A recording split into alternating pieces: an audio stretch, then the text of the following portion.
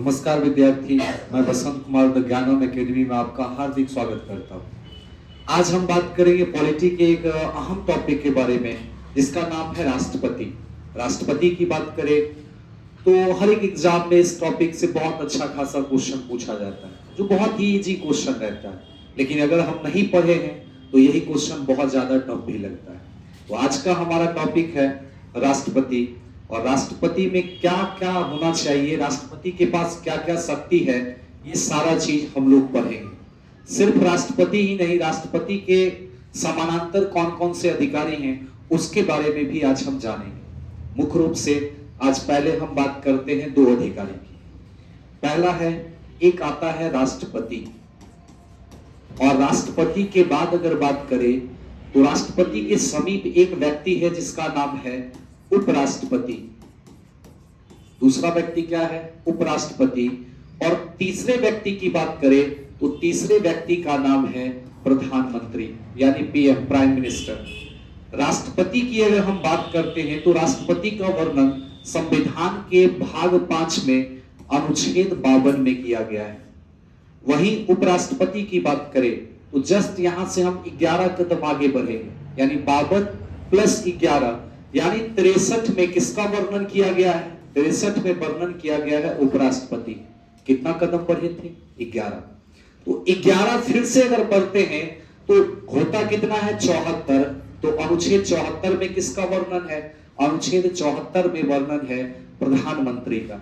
खैर, हमारा आज का टॉपिक राष्ट्रपति है और उपराष्ट्रपति के बारे में भी थोड़ा बहुत जानेंगे। तो ये हमारा आज का टॉपिक है। अब ध्यान दीजिए, राष्ट्रपति, कोई भी व्यक्ति अगर राष्ट्रपति बनता है तो राष्ट्रपति बनने के लिए व्यक्ति के अंदर कुछ योग्यता होनी चाहिए। तो यहां सबसे पहले हम पढ़ेंगे योग्यता। योग्यता के बाद यदि व्यक्ति के अंदर योग्यता है राष्ट्रपति बनने का, तभी वह व्यक्ति राष्ट्रपति का चुनाव लड़ सकता है। अब क्या क्या योग्यता होनी चाहिए इसमें हम लोग देखें। सबसे पहला पॉइंट की अगर बात करें तो वह व्यक्ति कहां का नागरिक हो? वह भारत का नागरिक हो। भारत का नागरिक हो। दूसरे नंबर पे अगर बात करें तो दूसरा योग्यता क्या होनी चाहिए? जो व्यक्ति राष्ट्रपति का चुनाव लड़ेगा वह 35 वर्ष उम्र पूरा कर चुका हो। 35 वर्ष उम्र पूरा कर चुका हो।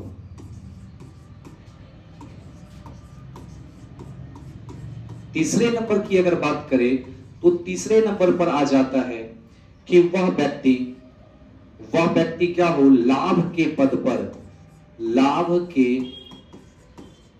पर ना हो। चौथे नंबर अगर योग्यता की बात करें, चौथे नंबर पे आ जाता है कि वह व्यक्ति लोकसभा सदस्य बनने की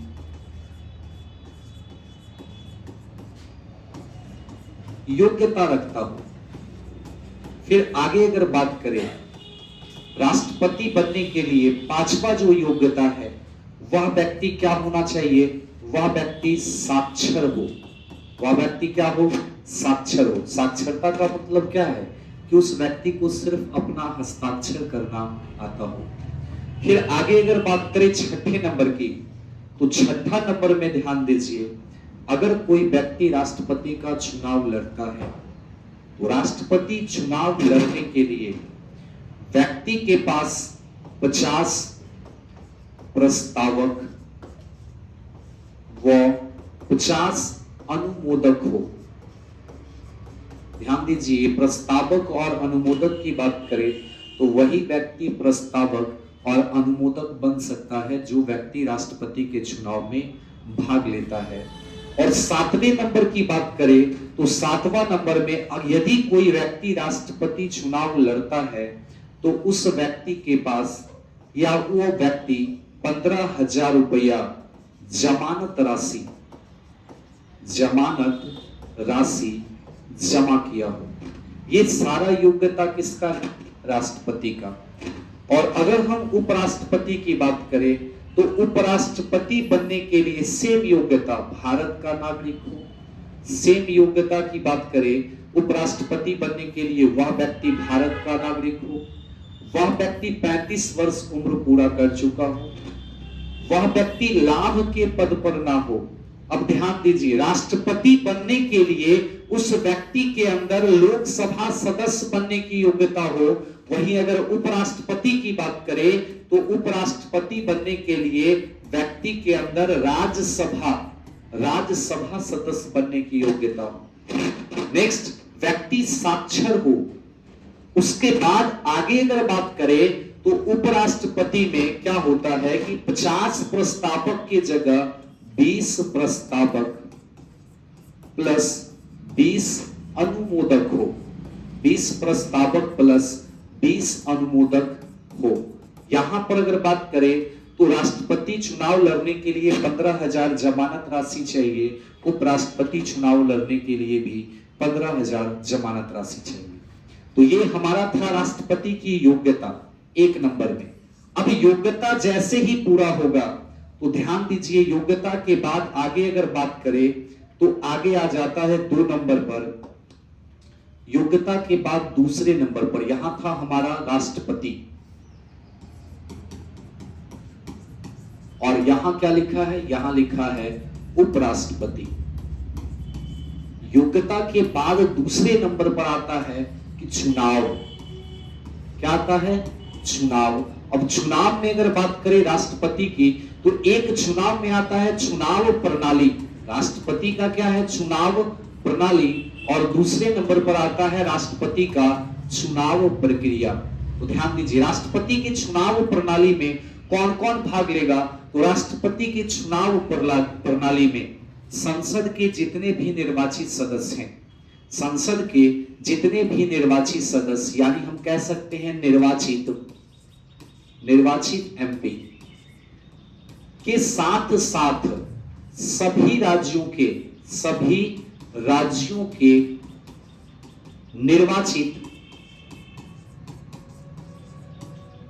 निर्वाचित MLA ये राष्ट्रपति के चुनाव में भाग लेते हैं। इसके साथ अगर हम अन्य बात करें तो राष्ट्रपति के चुनाव में ध्यान दीजिए, राष्ट्रपति के चुनाव में दिल्ली प्लस पुदुचेरी प्लस कश्मीर विधानसभा के जितने भी निर्वाचित सदस्य हैं वह भी राष्ट्रपति के चुनाव में भाग लेते हैं। अगर हम प्रक्रिया की बात करें तो राष्ट्रपति का जो चुनाव प्रक्रिया है, यह चुनाव होता है अप्रत्यक्ष रूप से एकल संक्रमणीय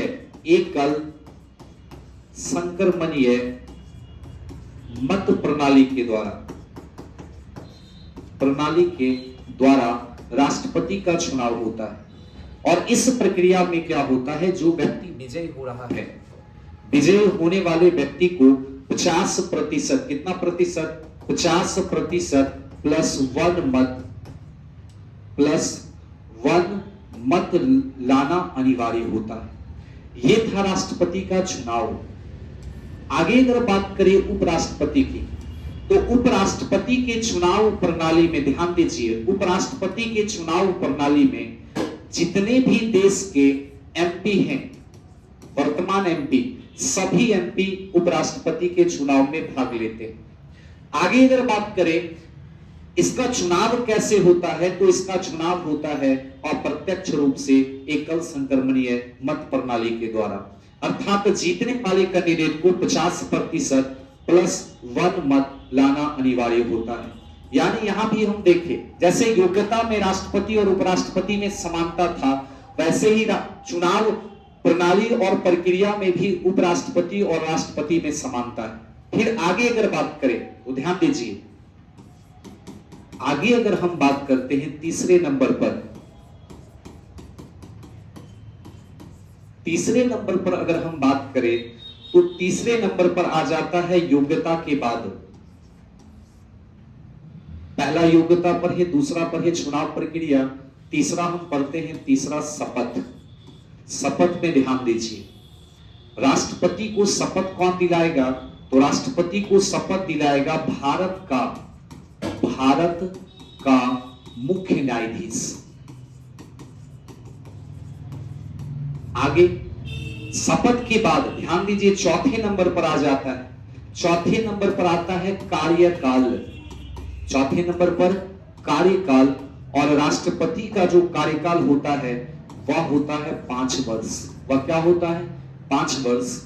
और यही अगर बात करें उपराष्ट्रपति का, तो उपराष्ट्रपति बनने में उपराष्ट्रपति को शपथ कौन दिलाता है? इसको शपथ दिलाता है राष्ट्रपति। आगे कार्यकाल की बात करें तो इसका भी कार्यकाल कितने वर्ष का होता है? इसका भी कार्यकाल 5 वर्ष का होता है। इसका भी कार्यकाल कितने वर्ष का? 5 वर्ष का। फिर नेक्स्ट अगर बात करें कार्यकाल के बाद आगे अगर बात करें, 5वें नंबर पर हम लोग पढ़ते हैं वेतन। राष्ट्रपति को कितना वेतन मिलता है? तो ध्यान दीजिए, बार बार एग्जाम में पूछा जाता है 6वां वेतन आयोग और 7वां वेतन आयोग।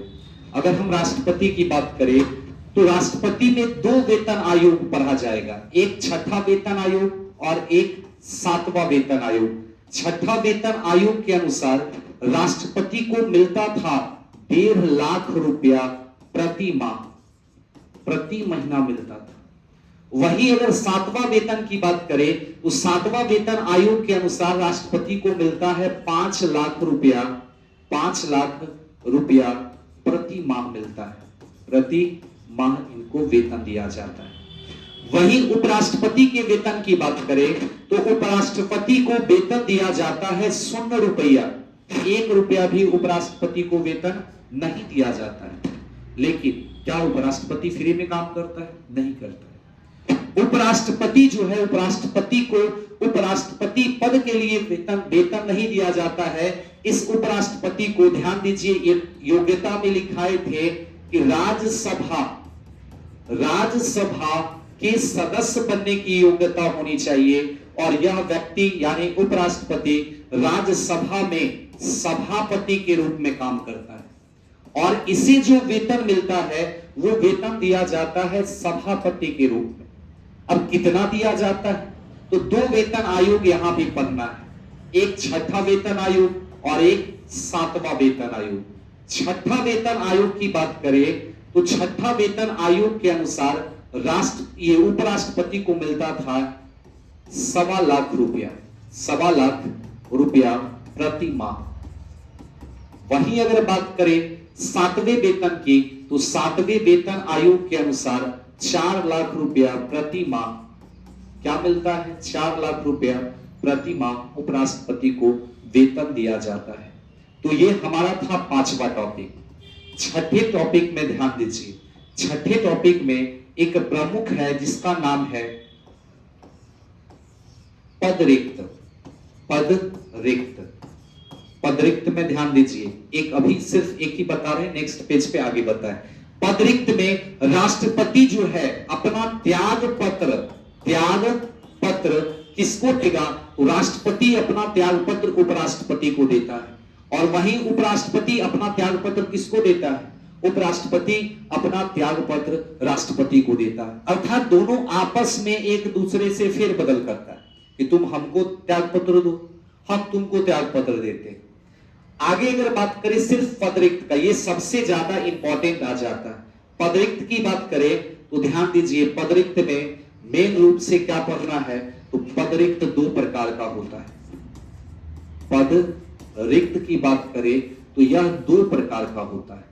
एक हमारा पदरिक्त होता है अस्थाई पदरिक्त, अस्थाई पदरिक्त, और दूसरे की बात करें तो दूसरा होता है अस्थाई पदरिक्त, अस्थाई पद रिक्त।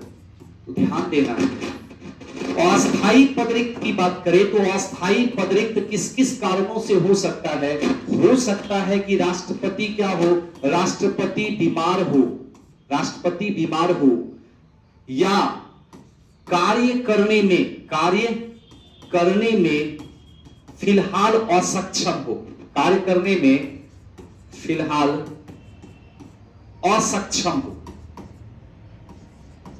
फिर आगे अगर बात करें दूसरा अस्थाई पदरिक्त में हो सकता है कि राष्ट्रपति क्या हो? राष्ट्रपति अवकाश पर हो, अवकाश पर हो।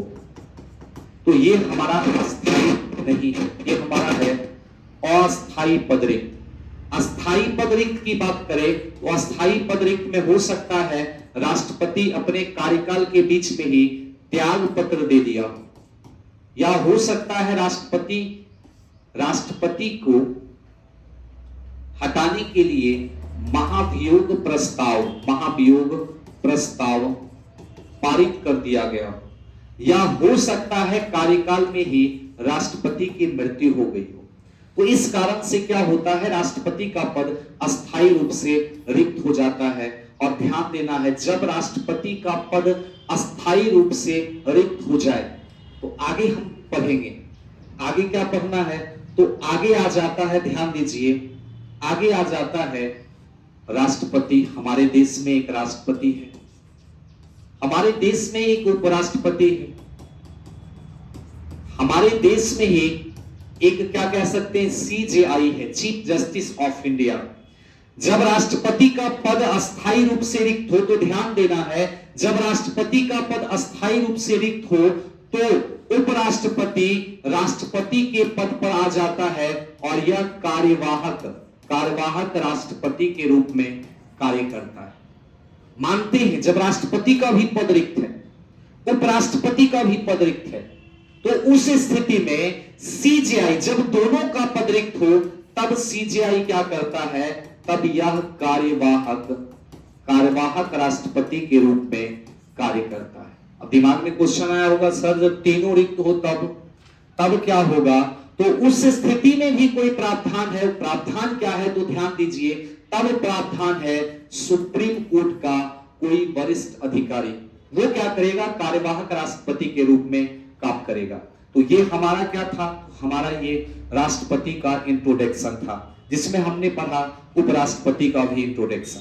पहला, फिर से हम रिपीट करते हैं, राष्ट्रपति बनने के लिए पहली चीज योग्यता में राष्ट्रपति बनने के लिए वह भारत का नागरिक हो, उसके बाद 35 वर्ष उम्र पूरा कर चुका हो, उसके बाद व्यक्ति क्या था, लाभ के पद पर ना हो, उसके बाद बताए थे कि व्यक्ति साक्षर हो, उसके बाद बताए थे कि व्यक्ति के अंदर लोकसभा सदस्य बनने की योग्यता हो, फिर बताए थे कि चुनाव लड़ने के लिए 50 प्रस्तावों का 50 अनुमोदक होना चाहिए, फिर बताए थे कि यदि व्यक्ति चुनाव लड़ रहा है तो वह व्यक्ति 15,000 जमानत राशि जमा करेगा।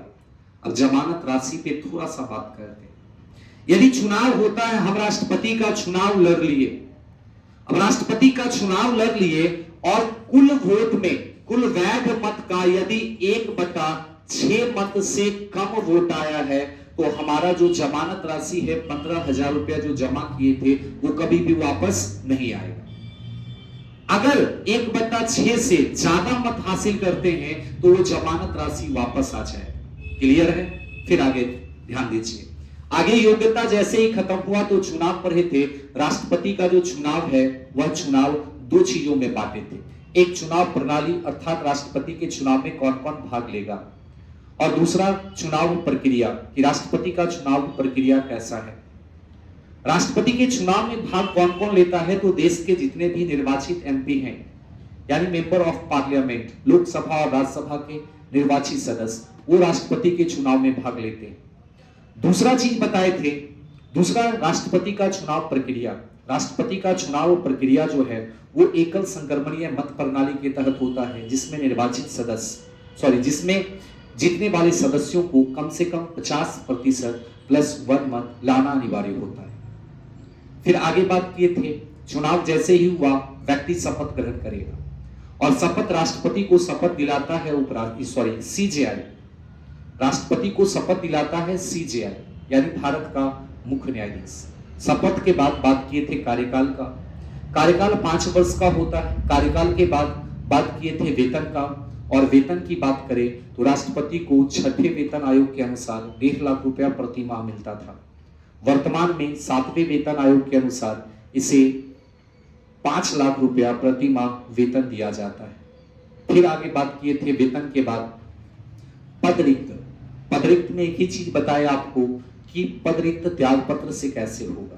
राष्ट्रपति कार्यकाल के बीच में कभी भी अपना त्याग पत्र उपराष्ट्रपति को सौंप कर पद मुक्त हो सकता है।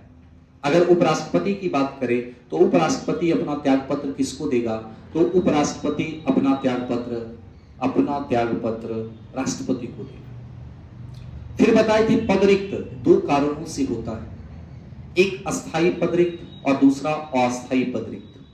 अस्थायी पद रिक्त की बात करें तो अस्थायी में जैसे कार्यकाल में मृत्यु हो गया, जैसे राष्ट्रपति को पद से हटाने के लिए महाभियोग प्रस्ताव लाया गया, जैसे एक चीज हम छोड़ दिए थे वहां पर लिखना, जैसे राष्ट्रपति अपना त्यागपत्र दे दिया या राष्ट्रपति की मृत्यु हो गई, इस कंडीशन में राष्ट्रपति का पद रिक्त हो जाता है। लेकिन अनुच्छेद 52 में हम एक एक अनुच्छेद के बारे में बात करेंगे।